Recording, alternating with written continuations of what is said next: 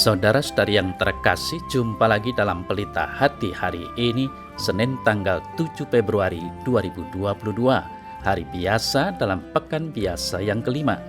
Bersama saya Romo Thomas Suratno SC dari Paroki Cilandak, Jakarta Selatan, mendengar dan merenungkan Sabda Tuhan, yakni firman Tuhan yang tersurat dalam Injil Markus bab atau pasal 6 ayat 53 sampai dengan ayat 56.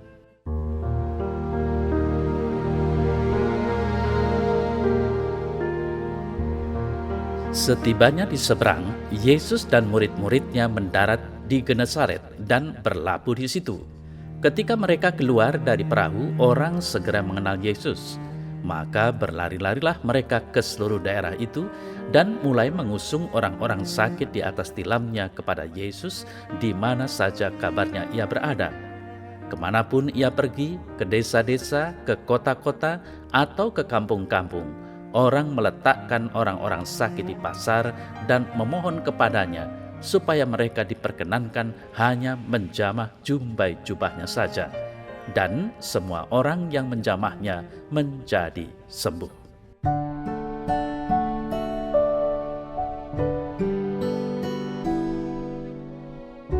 Saudara-saudari yang terkasih, warta Injil hari ini mengajarkan kepada kita tentang iman yang sederhana dan tidak rumit. Yang jelas, setiap orang sakit tentu ingin sembuh. Lalu segala macam cara dilakukan untuk mencapai maksud itu. Dari antara mereka ada yang datang ke dokter atau ke rumah sakit. Ada juga yang mengusahakan penyembuhan alternatif dengan mempercayai dukun atau paranormal. Nah, cara yang terakhir ini bukan hanya naif, tetapi juga dapat membahayakan iman Kristiani. Sebagai orang Kristen, seharusnya kita meyakini bahwa Tuhan Yesus dapat menyembuhkan penyakit. Saudara-saudara yang terkasih, melalui firman Tuhan yang kita dengar saat ini, kita melihat bahwa Tuhan Yesus datang ke Genesaret. Rupanya orang Genesaret telah mengenal Yesus. Dengan berbondong-bondong, mereka datang pada Yesus membawa orang sakit. Kita melihat bahwa aspek iman dari orang yang ingin mendapat kesembuhan sangat menentukan. Mereka percaya bahwa hanya dengan menyentuh atau menjamah jumbai jubah Tuhan Yesus, mereka akan sembuh. Sederhana bukan? Meski demikian, iman mereka sangat kontras dengan iman murid-murid. Kita lihat bahwa saat itu tidak ada pengajaran firman Tuhan, juga tidak ada mukjizat atau pengusiran setan, tetapi mereka percaya pada Yesus. Maka dari itu, Yesus pun kemudian memberi kesembuhan pada mereka.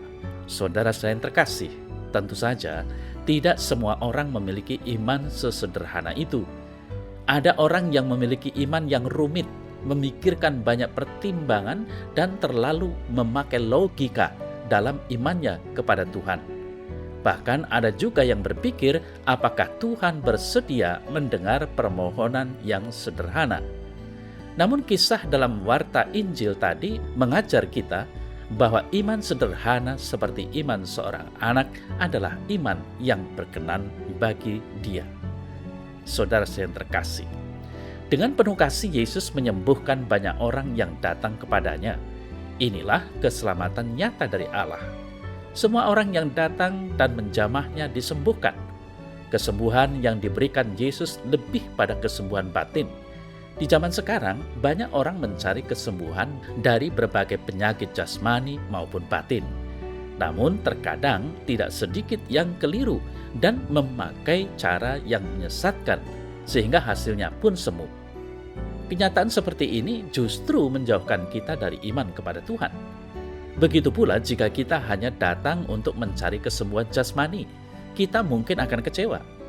Penyembuhan adalah hasil kepercayaan akan Tuhan yang mempunyai kuasa itu.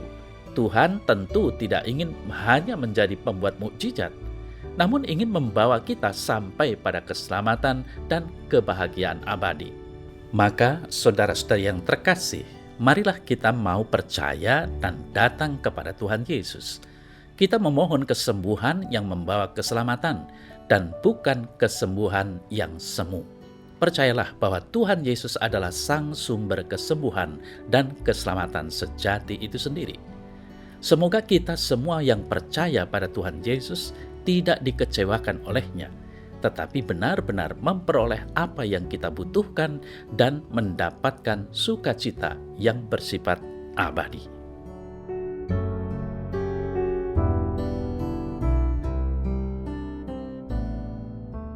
Dalam nama Bapa dan Putra dan Roh Kudus. Amin. Ya Tuhan Yesus, kuatkan imanku dan doronglah aku untuk senantiasa memberi waktu yang khusus untuk berelasi dengan Engkau yang Maha Kudus, sehingga aku semakin menemukan sukacita yang berasal daripadamu.